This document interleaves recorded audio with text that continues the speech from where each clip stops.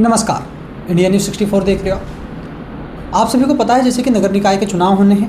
आज नगर निकाय चुनाव को लेकर हमारे साथ संदीप पाटिल जी जुड़ चुके हैं और कांग्रेस के कार्यकर्ता भी हैं। लगातार पार्टी के साथ सच्चे सिपाही की तरह जुड़े रहते हैं और वार्ड नंबर 15 के बात करें पार्षद भी हैं। बात करना चाहेंगे अपने वार्ड को लेकर, अपने ब्लॉक को लेकर, किस तरह कांग्रेस पार्टी को लेकर उन्होंने विकास की धारा पर उनको चलाया है। सीधा उनसे बात करते हैं। संदीप भाई, बहुत बहुत स्वागत है हमारे न्यूज़ में आपका। सबसे पहले मैं इंडिया न्यूज़ आपको बहुत बहुत धन्यवाद देता हूँ, आपको शुभकामनाएं देता हूँ, आपकी कवरेज अच्छे चले। हाँ जी। संदीप भाई, पार्टी के सच्चे कार्यकर्ता रहे हो और लगातार जन के लिए आपने समर्पित, आपके जो कंटिन्यू आप जो काम करते आ रहे हैं, क्या कहेंगे? क्योंकि प्रेजेंट में पार्षद में अभी आपके वार्ड में सर्वे कर रहा था तो कुछ लोगों से मेरी बातें हुई। क्या कहेंगे आपके कार्यकाल? मेरे कार्यकाल में मैंने कोई कास्ट फिर उसको लेके नहीं चला। मैं जनता के दम पर 2 बार पार्षद बना हूँ और जनता ने मुझे 2 बार ना कोई कास्ट को लेकर के ना कोई उसको मेरे काम के ऊपर वोट दिए, जो मेरे को 2 बार लगातार पार्षद बनने का मौका मिला। संदीप भाई, आपके कुछ जो आपके वार्ड के जो लोग होते हैं मैं उनसे बात करा तो उन्होंने कुछ नाम निकल कर सामने आए। तो जब आप पार्षद बने थे 2015 के आसपास, जब आपकी ये पंचायत थी, उससे पहले जब नगर पालिका बनी, तो क्या हालात थे आपके वार्डों के अंदर में? क्या क्या चीज़ें आपको देखने में, किस तरह की कठिनाई आपके सामने थी उस टाइम? जब मैं पहली बार पार्षद बना था तो अभी आप भी घूम के आओगे वार्ड में, कई रास्ते ऐसे थे जहाँ पर रास्ते ही नहीं थे, निकलने के लिए धोरोपे से जाना पड़ता था। मैंने लोगों को समझा करके, जनता को मन अपने फेवर में लेकर के मैंने वो रोड बनाए, 20-20, 25-25, 30-30 फुट के रोड बनवाए। वो सारे मैंने एमएलए, हमारे विधायक दीपचंद खेरिया जी विधायक बने। उस कार्यकाल में मैंने अपने वार्ड के अंदर कोई ऐसा जगह नहीं छोड़ी जिसमें विकास नहीं हो। पूरे गंज गांव के अंदर, मेरा गांव गंज पड़ता है, गंज गांव के अंदर उस विधायक जी के कार्यकाल में इतना विकास हुआ कि जनता ये कहने लगी थी कि भाई वास्तव में संदीप पाटिल ने कोई काम किए। आप कांग्रेस के ब्लॉक अध्यक्ष हैं, अभी बात करते हैं क्या रणनीतियाँ हुई, क्योंकि बैठक चल रही है अभी और अपना बोर्ड भी आप लोगों को, क्योंकि एमएलए साहब दीपचंद खेरिया अलवर के गांधी के नाम से बहुत मशहूर है, लगातार दूसरी बार विधायक है किशनगढ़ से। किस तरह संगठन के बारे में बात करना चाहेंगे? क्योंकि मैं भी आपको मंच के माध्यम से या फिर आपकी पार्टी के माध्यम से आपको देखते रहते हैं, क्या लगेगा? हमारे नगर पालिका क्षेत्र में अभी तो हमारे पंचायत चुनाव आएंगे, उसमें हम हमारी रणनीति बनी हुई है। अब नगर पालिका जो उसमें हमारे हर वार्ड के अंदर हमारी टीमें बनी हुई है जो हर वार्ड के अंदर काम कर रही है। जो टिकाऊ उम्मीदवार होगा उसको हम टिकट देंगे। हमारे पास हमारे जो शहर अध्यक्ष, उनके पास बायोडाटा आने चालू हो चुके हैं और हम जो टिकाऊ मजबूत कैंडिडेट होगा उसको टिकट देंगे। जो काम करेगा, जनता के बीच रहेगा, जिसकी अच्छी छवि होगी, उसको हम पार्षद बनाएंगे। संदीप, मैं अभी बास कृपाल नगर जो गांव है भाई, वहाँ पर मैं सर्वे कर रहा था तो वहाँ के जब जनता से, वहाँ के लोकल लोगों से मैं बात कर रहे थे तो उन्होंने मैंने एक सवाल किया कि आपके जो चेयरमैन साहब हैं उनको लेकर क्या, तो एक सवाल निकल के सामने आया कि हमने 5 साल में किया, 6 साल के अंदर जो भी हमारा कार्यकाल था, हमें ये नहीं पता कि हमारा चेयरमैन किशनगढ़ बास का है कौन विकास की बात कर।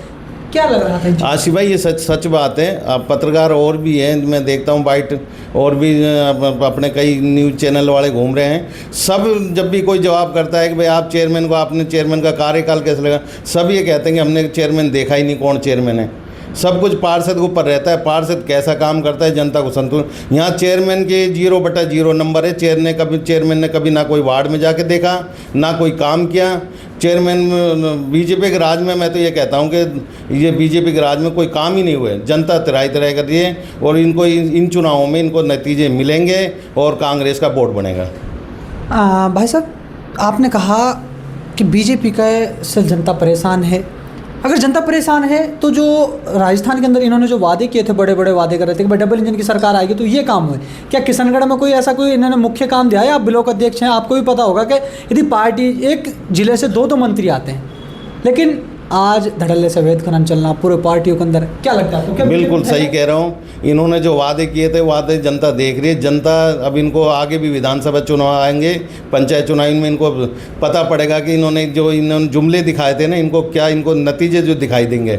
दूसरा ये, इन्होंने जो यहाँ पर जो मंत्री भी है, यहाँ पर बीजेपी की सरकार है। हाँ, इन्होंने एक विकास जरूर कर रहे हैं। हमारे विधायक दीपचंद खेरिया जी ने जो काम करे हैं ना, उन पे पत्थर लगाने का काम जरूर कर रहे हैं। अच्छा। अपने नाम का पत्थर लगा दे काम कांग्रेस राज में हमारे विधायक दीपचंद खेरिया जी ने करा था, और उन पे सिर्फ अपना नाम वाहवाही लूटने के लिए अब ये अपने कृषि कॉलेज है, लड़कियों का कॉलेज है, इनमें कुछ भी काम नहीं, पत्थर लगा देते हैं। बस हमने बस ये पत्थर लगाने से नहीं है काम, जनता समझती है काम करोगे तो दिखेगा, पत्थर लगाने से कोई काम नहीं होते हैं।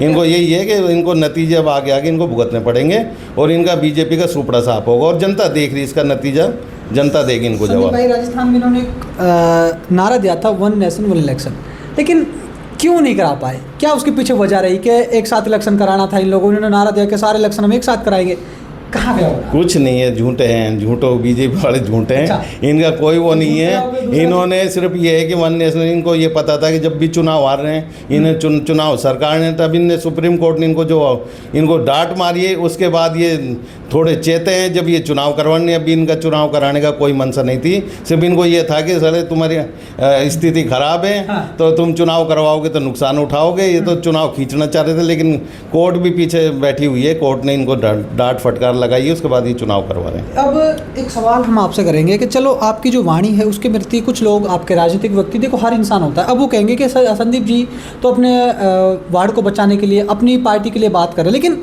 किशनगढ़ की जनता से आप क्या कहेंगे? क्या हकीकत में कांग्रेस का बोर्ड किशनगढ़ बनना जा रहा है, या फिर दोबारा से वही बीजेपी सरकार का बोर्ड बनेगा? क्या लगता है? नहीं, 100% कांग्रेस का बोर्ड बनेगा, और हमारे अच्छे कैंडिडेट, हमारे उम्मीदवार अच्छे हमारे पास में बायोडाटा आ रहे हैं और हमसे संपर्क कर रहे हैं, और हम 100% कांग्रेस का बोर्ड बनाएंगे। जनता से क्या आह्वान करेंगे? जनता से आह्वान ये, जैसे हमारे पिछले हमारी कांग्रेस सरकार जो जैसे काम हुए थे, हर आदमी संतुष्ट था, हमारे राज में भी, और जब हमारे राज यहाँ पे राज था, हमारे नगर पालिका में उस टाइम में काम हुए थे, तो जनता को यही वो मैसेज है कि जैसे वो काम हुए थे उस तरीके से काम करेंगे, हमारा बोर्ड बनेगा। देखिए, ये हमारे साथ संदीप पाटिल जी जुड़े थे, जो ब्लॉक अध्यक्ष भी है और वार्ड नंबर 15 के पार्षद भी, लगातार 2 बार पार्षद रहे जिस दिन से नगर पालिका किशनगढ़ गठित हुई है। उन्होंने एक बात रखी, अपने भारतीय जनता पार्टी का जो बोर्ड है, वो बात करें प्रेजेंट में जो चेयरमैन थी, या फिर बात करें तारामणि सिंघल साहब, जब मैं सर्वे करने के लिए ग्राउंड पर पहुंचा तो कुछ लोगों से मैंने सवाल किया कि भाई चेयरमैन साहब ने कितना विकास आपके क्षेत्र में किया? तो उन्होंने कहा कि हमें आज तक चेयरमैन साहब को देखा ही नहीं कि चेयरमैन साहब है कौन।